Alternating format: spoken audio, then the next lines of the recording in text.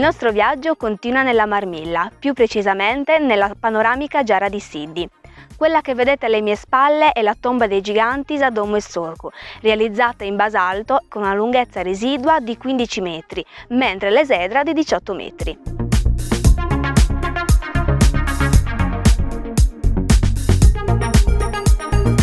Questo monumento è uno dei meglio conservati e dei più grandi di tutta l'isola.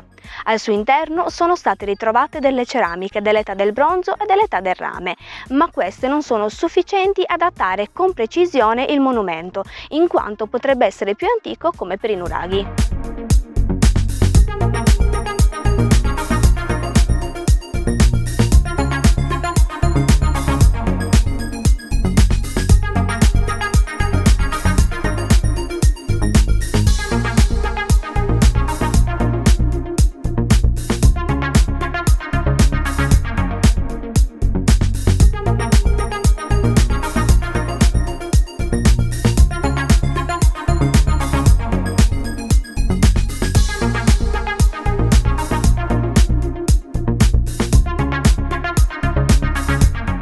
Secondo le fonti ufficiali, questi monumenti vengono classificati come tombe collettive, ma questa potrebbe non essere la funzione originaria, come si sta scoprendo grazie all'archeoacustica per le Domus de Janas.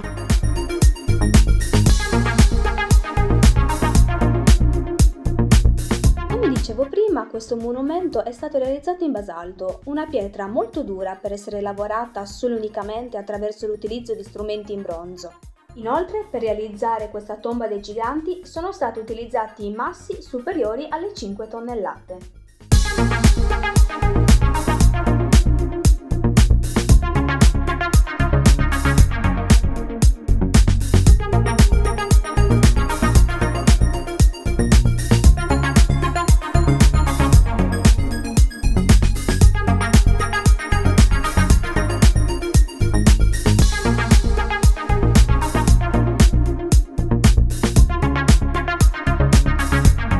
Dall'alto ricorda una protometaurina, ma alcuni pensano che sia la rappresentazione dell'utero.